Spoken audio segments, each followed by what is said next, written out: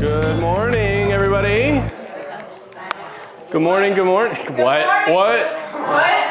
Good morning. We're kind of a light crew today. This is nice. It's like a little Bible study or something. Yeah, you would use that. I would. You all know who I am. I don't need to go through any of that. Hey, someone doesn't. I'm Luke, because I think you're animation, illustration, design stuff. I do stuff around here. We are a sponsored event globally, and we have some copy and stuff that we got to run through from our sponsor, Adobe. Woo! Adobe recently joined us as our global partner, and they recognize the impact that Creative Mornings has on the global ecosystem of creativity, and they are committed to support creatives all around the world. That means you guys. Just like our local partners, they make it possible, but on a global scale to fuel, empower us as an organization. They ensure that Creative Mornings can continue to grow and thrive around the world. Next slide. I have that written in here. Adobe Express is a quick and easy create anything app from Adobe. From flyers, social media campaigns, and standout videos, Adobe Express has you covered. You can use Adobe Express for free at adobe.com/express. Thank you, Adobe. We also have our local sponsor, which is our coffee sponsor, Java Burrito. So thank you, Java Burrito, for sponsoring us. I have all of our lovely volunteers. Ooh, fancy. A bunch of people are out sick or gone, but I'm grateful for everything you do. And today's actually Noah's last day with us as our photographer. He and Isabel, who have been such a huge part of this community, are going to be moving away, but we're grateful for everything that you've done for the past, 6-7 months that we've been doing this. That's crazy. You were there day one. If you want to volunteer, you can email us at blank, apparently. I don't know why that's not there, but I think it's Savannah at CreativeMornings.com or on Instagram. There's donations if either here, or up there. Anything that just goes back into running this. Creative Mornings field trips. Besides the monthly events that they do in local, they do events, online pretty much every day. And these are all different kinds of cities. You can go to creativemornings.com/field trips. They have ones that are like running live, and then they have pre-recorded ones, so you can go on there and see some of those. Creative Mornings is a global organization. We're in 70 different countries, 244 different cities and chapters, 27,000 attendees per month, and almost 12,000 talks online. That's huge. Every time I see these numbers, I'm like, that's so crazy. And what's crazy is there's a bunch of people meeting today, and they're all talking about this same manifesto that we got. Creative Mornings Manifesto, everyone is creative. A creative life requires bravery and action, honesty and hard work. We are here to support you, to celebrate you, to encourage you to make the things that you love, We believe in the power of community. We believe in giving a damn. We believe in face-to-face connections, in learning from others, in hugs and high fives. We bring together people who are driven by passion and purpose, confident that they will inspire one another and inspire change in the neighborhoods and cities around the world. Everyone is welcome. There was another slide in there that I forgot, but I think I'll post about it later. The company that I work for is hosting a conference in June called the Dash Bash. They have I think it's 15% off code, but I'll send that out in the following email because I forgot to add it in today. Today this theme is layers, and I have coffee for that too. There's a lot of reading in this job. Our theme for February is layers. It was chosen by the Lausanne chapter, maybe, in Switzerland, and illustrated by Catherine Olivia Pearson. There's some little flavor text to go with that as well.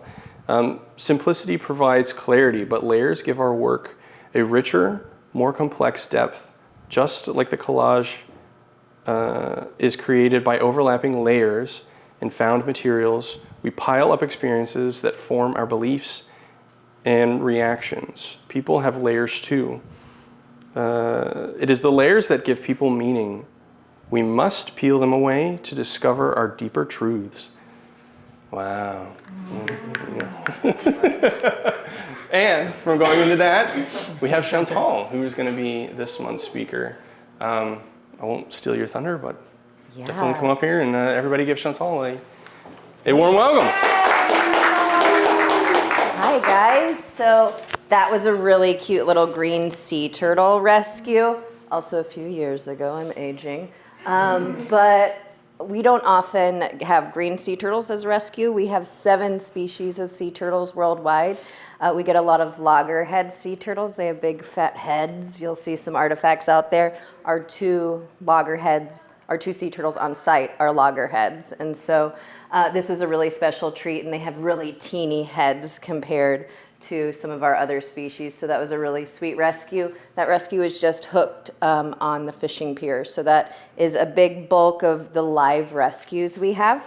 But to introduce you to the Science Center, we've been around 35 years. It's quite surprising because not a lot of people know about us. Surely with our new beautiful building, people are finding out about us. And I want to be our most extroverted director, and so I really love that you guys are all here today. I love the layers and the Creative Mornings. So we do all of our own graphics and design in-house. Miss Tyler is in the back. She helps me with all of that stuff. She got us that fancy new camera.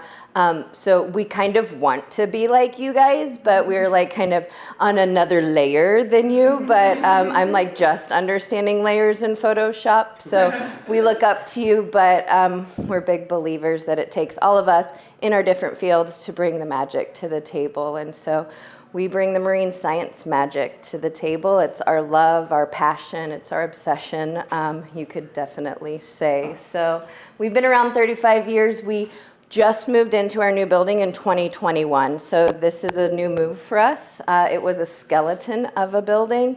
You might have read in my bio that I was our curator when I moved into the building.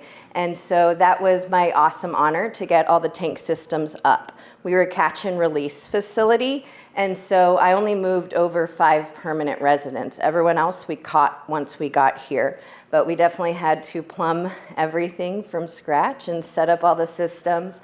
And it was a big upgrade for us in tankage. We increased our tankage by about 1,000 gallons, but we also have more professional systems now, which is really exciting. We had more hobby systems at the old Science Center.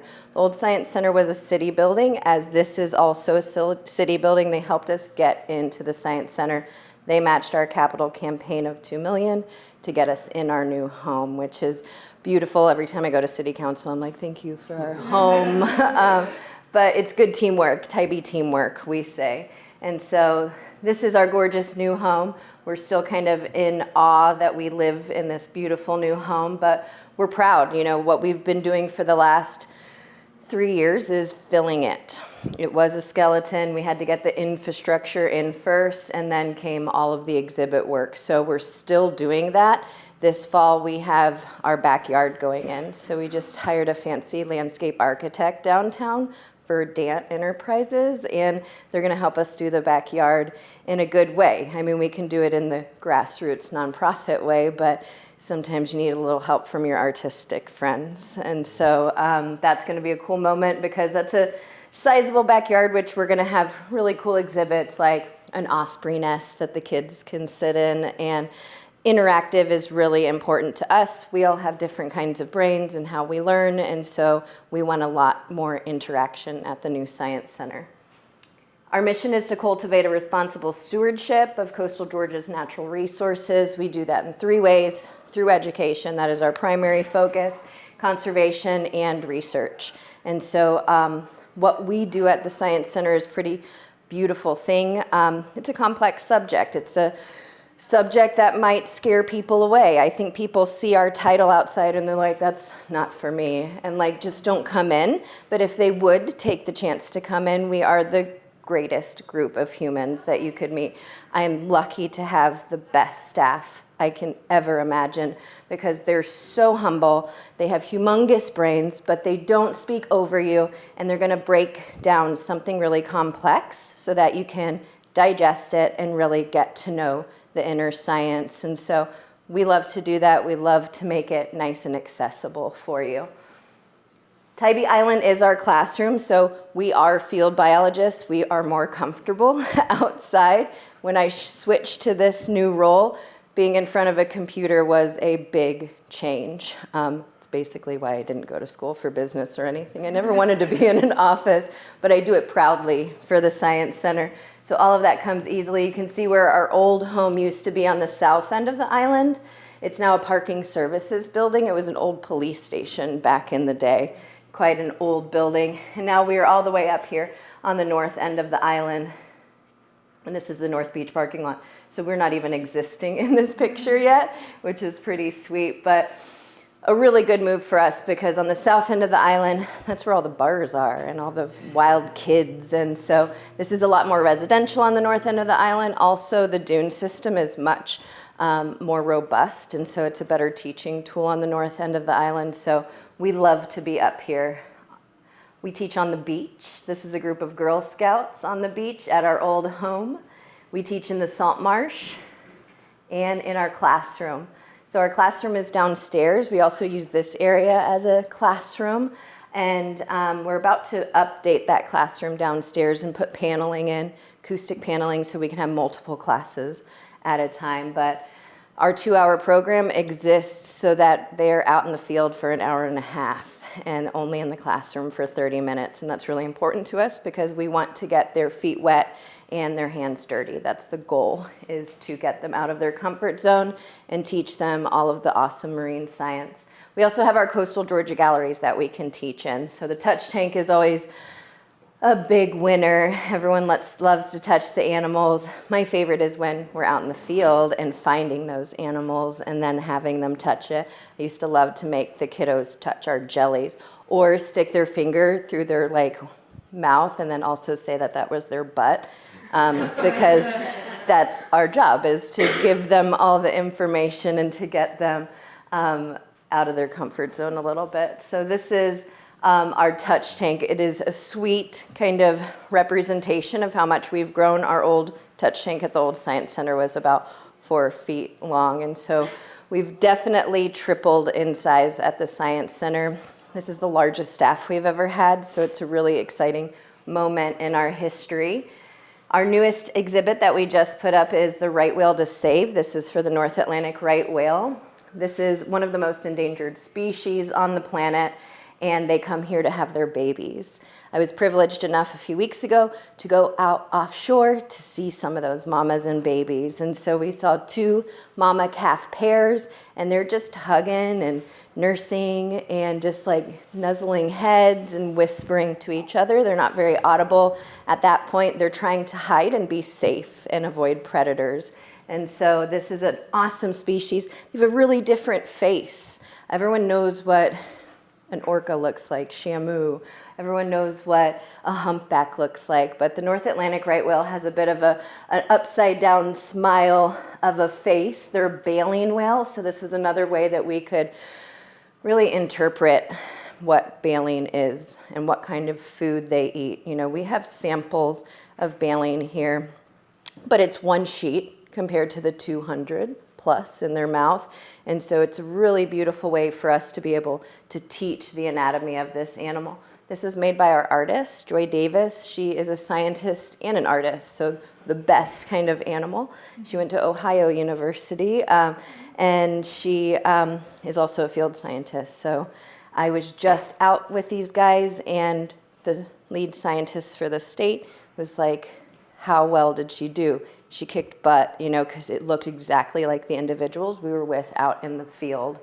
We identify these guys by their calluses. So these are colostodes that are filled in with whale lice, and they look like a perfect thumbprint. And so what we did out that day is we had an air crew that we were with. We were the boat crew. The air crew would spot them first. Basically, there's 4 planes up in the air running transects in the nursery grounds. That's in the Georgia Bite. So that's what we teach here. We tell the kids to bite their hand, and this is where we live. So this is the Florida Panhandle. This is the Eastern Seaboard. We are so tucked in that we line up with Ohio, which is pretty wild.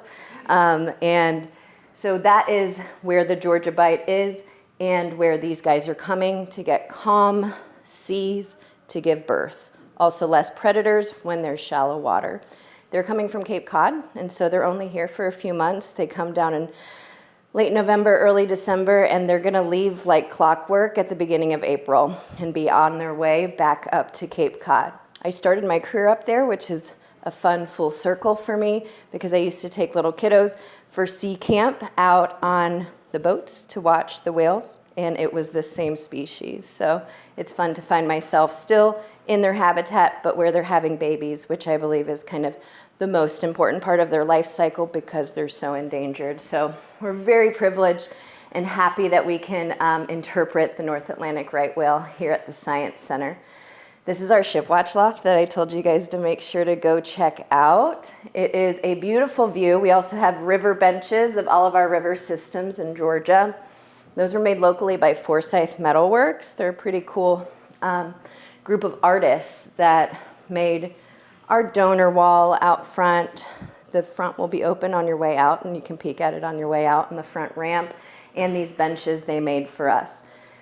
In the ship watch loft right now with our 2 TVs and kiosk, we are interpreting our ship. We are the first station keeper in the United States, so that's a really big deal for us. That means that for the first time in one exhibit, we have the whale traffic and the ship traffic overlaid on top of each other in a computer program. And so that allows you to see why we call the right whale the urban whale. They hug the coastline. They have really kind of stumpy flippers, pectoral fins, compared to like a humpback whale who's really graceful and a beautiful swimmer. Theirs are much shorter. They can only swim 11 miles per hour. That's how fast you and I ride a bike. And so you can understand how their number one cause of death is getting hit by vessels. So that's recreational vessels and these big container ships that are coming into port. So what we have on the outside of our building is a very large camera and antenna picking up images of the ships coming in and out of port. And we're also grabbing their AIS. AIS is a safety system on every vessel, and it's giving the speed of that vessel. It is a 10-knot speed limit during the calving season. And so if they are speeding, the next step is that we have just gotten an FCC clearance and all of our permitting through. So we are live, and if you're speeding offshore, you'll get a message, like a text message on your boat that says, slow down, you're in a whale sanctuary. And that is really exciting conservation that we are doing. And we're first station keepers, so our certificate says 001, and we're very proud of that. And now they're starting to populate throughout the Georgia Bight so that we can see what protection we can do for these guys. So we're very, very proud of that. M2 and Protected Seas are the awesome computer science brains behind that. And this is kind of a look at what that interface looks like. And they even were excited that they increased the wake, the lines behind the vessel if it was going faster. So we love their nerd, they like our nerd, and your nerds unite. So this is our favorite thing. The kiosk basically just allows you to manipulate through all of the whales that are here, all of the ships that are here. But you can see the protected seasonal management area in yellow here that we have for our right whales. When I went offshore, we were actually at the last transect, and so we were down off of Amelia Island, which was pretty cool to see. We also saw a group of 5 individuals. Our lead scientist said it was just a bunch of guys on a road trip. They were teenagers, and so sometimes we will see males come down, and we also got to tag, biopsy, a female that we found within that group. And so that was exciting. We actually chased them for 3 hours. That's the top limit you can chase by federal law of right whale. And so at moments, the fluke was underneath our vessel, and it was an exciting moment for sure. I am newly pregnant. You'll have to tell Big C. And so I was like on the boat, like, I don't think I should be out here. But it was calm seas, and really special to be pregnant, seeing a bunch of mamas that just gave birth. So definitely a special moment. That biopsy was really cool. Another one of the techs for the state had a crossbow, and that was his device to get the tag in. It was a big, long arrow that floated, and basically for 3 hours we had to get the perfect shot, and they were pretty cunning. We tease that our right whales aren't the smartest. We have a gal in Coast Guard, and all the Coast Guards make fun of right whales. They're like, get out of the way, because they're kind of just basking we call it like loafing on the surface of the water. And so that is a sweet moment that I was like, they are cunning. They were beating us every time. She was flanked by 2 males, and that was a sweet moment to see just exactly how smart they are. They got us every time, thus the 3-hour chase, which was a lot of whipping around on that boat, but it was so fun. I was still hanging off the boat, even though I was pregnant. I was like, this is the best day of my life. So our education mission, one of our favorite programs is Sidewalk to the Sea. I was hired on Sidewalk to the Sea in 2011. I was our first full year educator. And so at that point, we only had seasonal educators at the Science Center. And with this grant, with Georgia DNR, City of Tybee, and the school system downtown, I was able to work full year. And this is an awesome program where we are teaching Title I schools all of our nerd. And so they come out from K through 5th grade. Back in the day, it was K through 6th grade. And each module for each grade had a different topic. So like 2nd grade is, now I'm forgetting, inverts, PB&J, so jellies. So we teach them all about the jellyfish life cycle. There's nothing cuter than a bunch of 2nd graders saying nematocysts, which is the scientific name for the stinging cells on a jelly. For 5th grade, we dissect squid, and that's a really cool moment. We do dock labs, and we even do meet a fish with our kindergartners. So it is our favorite. It's a very rewarding program. A lot of these guys, they are living just 12 miles from the ocean, but have never been to the beach. So it is our goal to make that metaphorical sidewalk to the beach and get them out. So that is free programming that the Science Center funds. We are on and off with grants for that program, but most of the time it's coming out of our operational costs. The Science Center is 88% earned income, so we hustle for our money. We have our programming that goes out, so we get very little grants. I would like to change that so that we can get a little help, but this is definitely our most rewarding program. It is very honoring to be with a child for the first time for them seeing the ocean, right? It's their ocean story. I love to ask people when they saw the ocean for the first time. Not everyone's lucky to grow up by the coast. I was born in Oklahoma, and so I love to tell these kiddos that this is their ocean, this is their habitat, and it's a really proud moment for them. It's also cool to see their different reactions. Sometimes it's like, ooh, that is some really big water.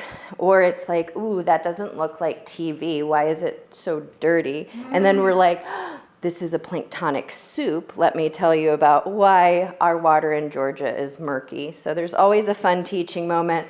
We love to point out all the cool stuff out on the beach. There are a lot of ghost shrimp holes on our beach on the low tide sand, and what we call chocolate sprinkles around it. It's fun to have the kids realize that chocolate sprinkles is poop.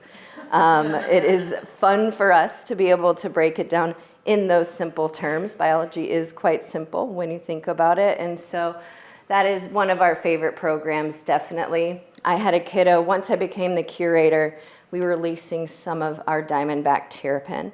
And I came out and he said, do you remember me? We were releasing with a group of 3rd graders in the marsh. And I was like, yeah, buddy, I used to teach you. And he goes, you taught me in kindergarten, 1st grade, 2nd grade, and now he was in 3rd grade. And he was like, guess what my nickname is? And I was like, what? And it was Turtle Man. And so he got to help me release that diamondback terrapin. So that feels good. We know that we're inspiring next generation, giving them another career path. So that is our favorite, Sidewalk to the Sea. Of course, we have coastal classroom programs for local schools, Atlanta schools, all of the above. If you can get out here, we'll teach you. If you'll listen, we'll teach you. And these are just kind of, we do a whale researchers, shark trackers, sea turtle scientists. We're going to teach you how to identify the difference between all of those 7 sea turtles in the ocean, which is really cool. Just like the sidewalkers come back after 2nd grade and they know all the names of our local jellies. And they know all the names of our 7 species of sea turtles, and that's really rewarding. We also serve the public, right? This isn't just for students. It is for everyone. The Science Center, especially with this new building, it allows us to serve the public a lot more. This is a ghost shrimp that you saw moving around, so that's the guy that you see all the holes for on the beach. They're 6 feet below the surface. So they are translucent. They don't have any predators, so they don't even need to have a hardened exoskeleton. But they're pretty awesome because their burrows are really intricate and they can be 6 feet wide as well, like an ant den. But pretty cool, guys. And so we do beach walks, marsh treks. These are 1-hour programs where we get the public out in the field. The Turtle Talk, Jelly Jive, and Shark Jaw are more lecture-based that we do in the classroom. Sift and Seine, we're going to be looking in the sand for really cool animals, and we even have a ghost shrimp pump to pull these guys out of their holes. And then the Seine net is a 20-foot net that allows us to grab animals out of the surf. And so these are all cool intertidal animals that we get in our bucket for them to look at, which is our goal. So this is a big program for the Science Center. I like to say this, Girl Scouts helped us move to the new Science Center because we have a lot of Girl Scout programming at the Science Center, and we give the Coastal Georgia badge. So of course, Girl Scouts are huge in Savannah, and this is something we can teach them all about the barrier island. That is our ecology that we teach. We teach the front side of the island, the beach side, and the back side, the salt marsh. And so this is the bulk of the lesson that we give our girls. We also teach Boy Scouts, much less. They're kind of a little more hardcore and are like paddling out to Little Tybee for an overnight trip. But they do come to the Science Center for oceanography, so we give them a pretty hefty oceanography badge when they come out to the Science Center. We also teach Sea Camp, so the teaching never stops. It is year-round at the Science Center, and this is always a fun program throughout the summer. We have 9 weeks of Sea Camp every year. Conservation, which is our love.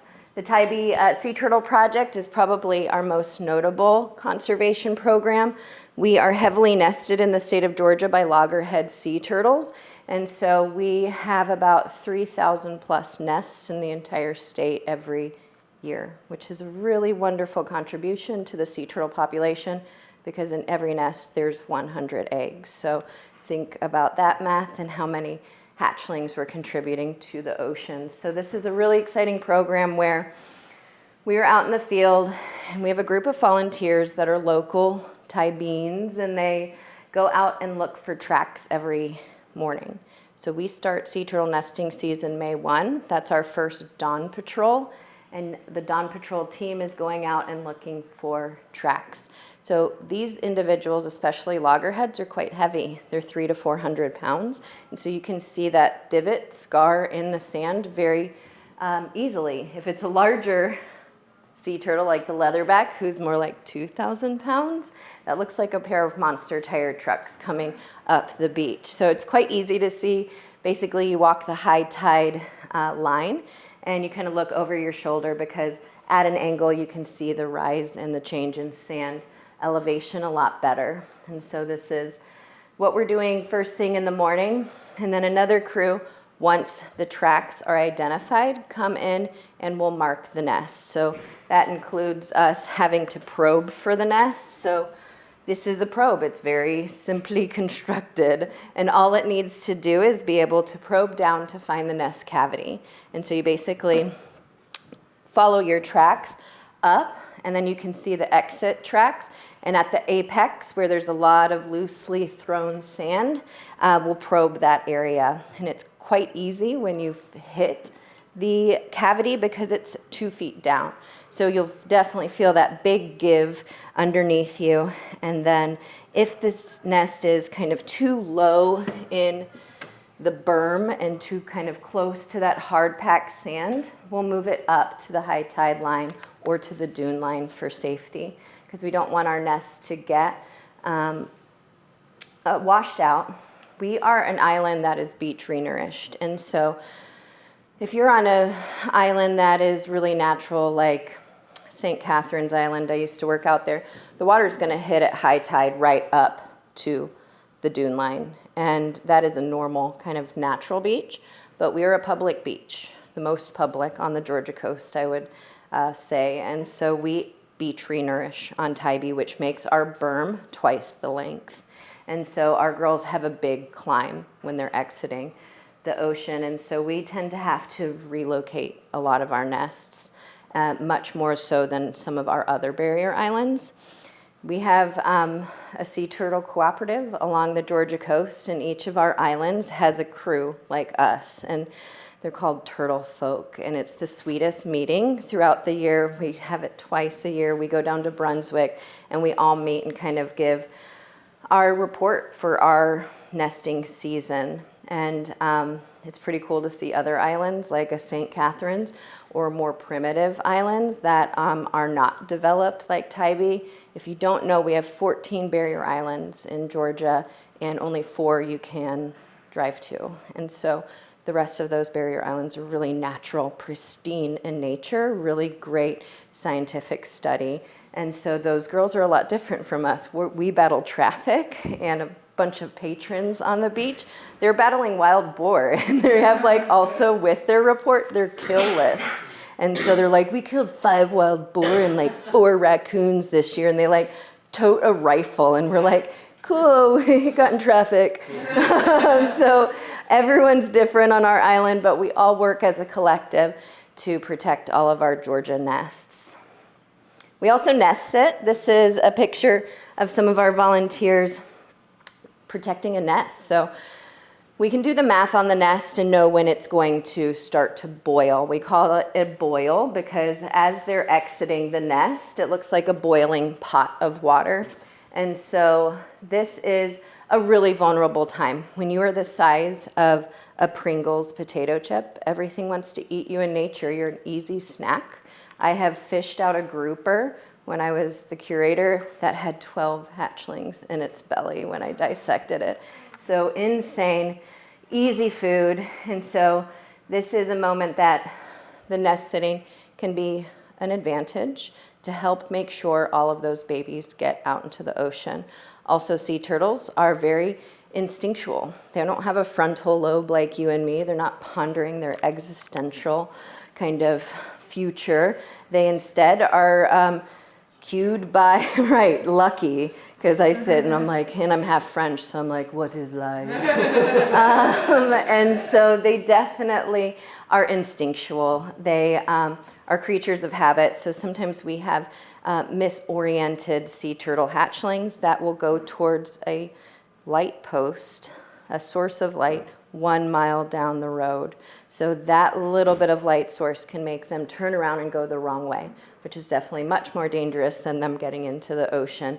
They should be seeing only the horizon and the moon bouncing off of that surface. So that's another reason why we nest sit. But look how teeny weeny. I mean, just ridiculous. This is how we get our sea turtle residents every few years. So we have 2 loggerheads in house. We are releasing our big girl downstairs, so make sure you get to see Westy. She's going out August 30th. We just set the date, so if you're in town, come out. It's really sweet. We have kids that have like signs that say, good luck, Westy, don't get eaten by a shark.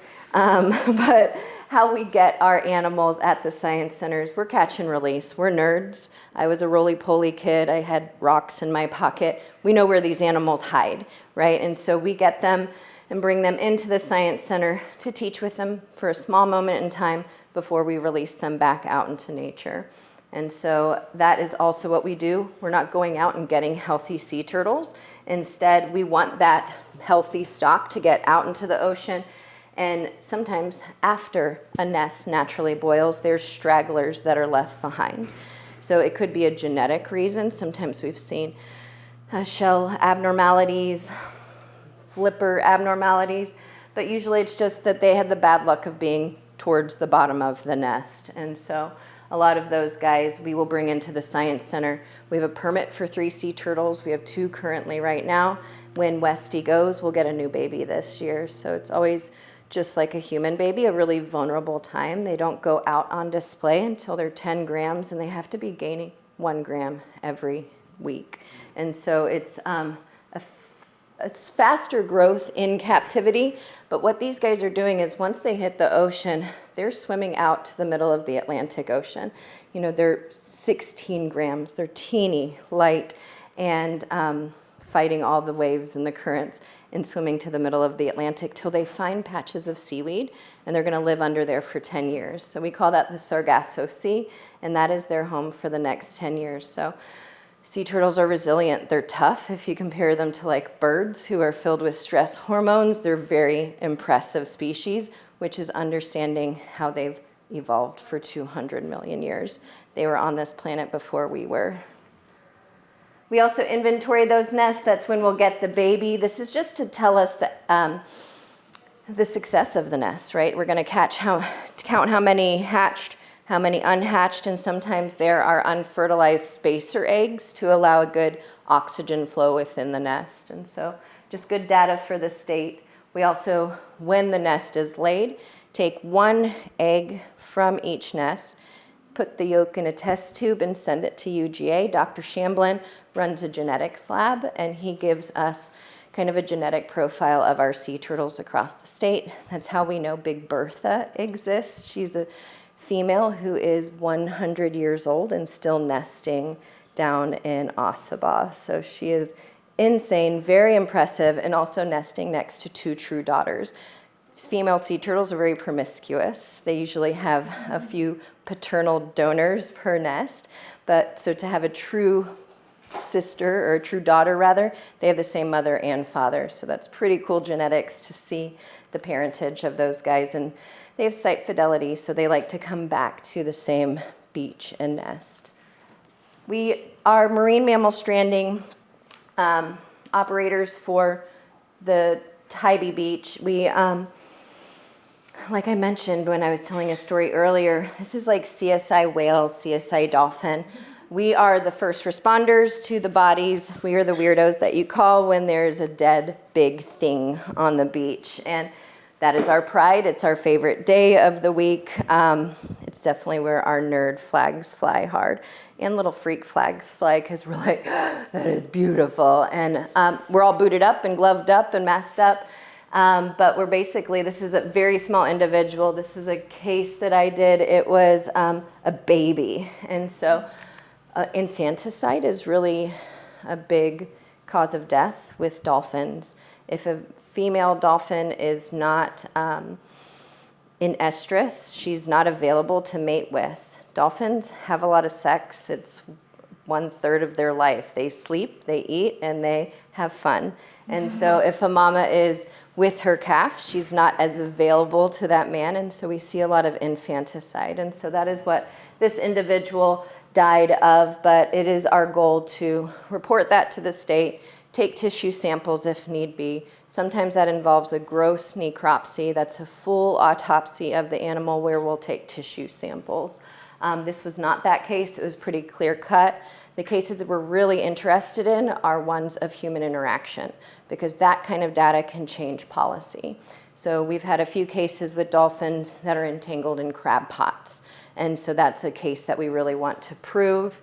But a normal predation or normal natural death is a much easier open and shut case for us. We're also the Sea Turtle Stranding Salvage Network for the island. This was a very simple propeller scar. We've also had 2 leatherbacks that I've worked up, which is an honor. They're a very large sea turtle, about 2,000 pounds, and they were both cut in half from a container ship propeller. So that's human interaction. This was human interaction. Those are really important cases to report to the state. And this guy was massive. You can see this is a really large individual, but really good data for the state to be able to change policy.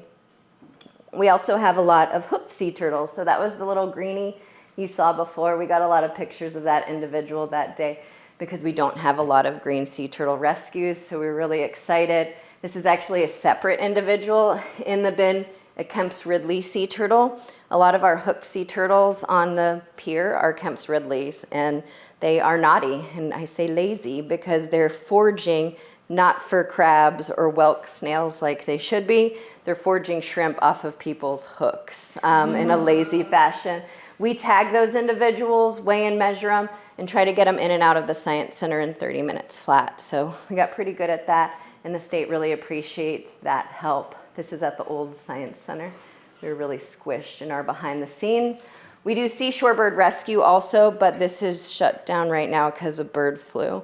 Also, it's the most depressing rescue because birds are very stressful animals. So we will go through triage, ambulating them to the vet, and then we'll get them up on the table at the vet and they'll die. So it's a hard case for sure.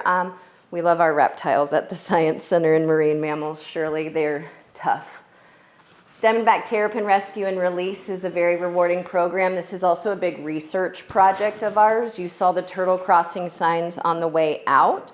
Those are for Diamondback terrapin, our Marylanders. I share my sister went to UMD, and she was embarrassed that her mascot was a terrapin. I would have loved it, but Testudo used to be like really grimacing, and now he's kind of like sweet. But this is a species that only lives in the salt marsh. So like the Chesapeake, we have our salt marsh here, and this is their sole habitat. So the only reptile in the salt marsh, and that is an area that is as productive as the rainforest. So it's a really important habitat for our animals here. It's a nursery grounds for the ocean. So these are some pictures of our Diamondback terrapins. What we do is we'll get them in through rescue. Spring has sprung whenever we start getting a lot of Diamondback terrapin rescue in. That is because when they are bromating, hibernating over winter, they're born, all reptiles are born just like sea turtles in August, right, in the summertime. And so once it starts to get cold, they'll dig down in that mud out in the marsh and they'll bromate. They'll use their egg sac to kind of eat off of for the rest of the winter. And they'll kind of be at this dormant state all winter. But when the soil warms and they start exiting, it's much more accurate than the groundhog Punxsutawney Phil. And so that is like clockwork. We know spring has sprung and we're going to stay nice and warm when we start having a lot of rescues. Since a lot of our houses here locally abut the salt marsh, we'll get a lot in people's yards or in their swimming pools. So that's how we'll get them, or hit on the causeway. So we have about 250 hit females. These are gravid females. They're holding 7 to 11 eggs. And so that is a big moment for us to document the hot spots along the causeway. We're working with Fort Pulaski right now to mitigate that death. And it's also a cool moment where we can dissect out of her oviduct eggs. So we can save the babies no matter what. We take those babies and incubate them at Georgia Southern, and they come back to the Science Center. They live here for a year till they get about the size of a fist, and then we release them back into the salt marsh. So that is a really exciting, rewarding program. Also, they're the most beautiful turtle you've ever seen. This is a concentric one. You'll see we have 2 adult females out there that we call the Golden Girls, and so they are 2 of our 5 permanent residents. And Pearl is a concentric. They're like our redheads. They're very good looking. We also do community outreach. This is a couple of our awesome educators with our Flex camera. That Flex cam is going to take a sea star or a sand dollar and give you a really nice magnified look at it so that we can tell you all the cool body parts on that animal and its biology. We also have Whale Week every year. This is where we go downtown. We're always stuck on this island, and this is a moment for us to teach you all about the North Atlantic right whale. These are our kiddos in school with their Whale Week poster. This is 2019. So these are some of our Sidewalk to the Sea schools, and we do a program in those schools called Smoke Goes to School. Our model is after Smoke. She's a live individual, and she is our model to teach about the entire population. So Smoke, we have an inflatable version of her as a calf, so it's 20 feet long. She's as big as a school bus now. She's also a new grandmother. One of her daughters, Checkmark, had a calf this year, so we're really excited. But all of our kiddos know who Smoke is because we love to teach about her and get downtown and off the island so that we can teach everyone. And this was our first Smoke Goes to School right after we got the Smoke model, which is really exciting. We also do signage on the beach for our island visitors. Not everyone is from the coast, and so it's really important for us to interpret what they might come across. A lot of people love to take sand dollars home. That is illegal. It is illegal to remove live animals off of our beach. We like our biodiversity, and so this is a sign that we have out on the beach called Taking the Test. It shows you the difference between a live and dead sand dollar. And then we also have sea turtle interp and shorebird interp out on the beach. We do Coastal Critter Collector Card Series. There's some out there. Grab them for yourself or any kiddos you know. And they have fun little factoids on the back. Out of the 7 worldwide species, these are the 5 species that we have here in Georgia.